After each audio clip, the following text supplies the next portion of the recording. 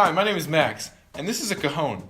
It's a percussion instrument that's used in various genres, and today I'm going to show you how to play it. To play the cajon, you must sit on top of it and use both your hands to hit it like this.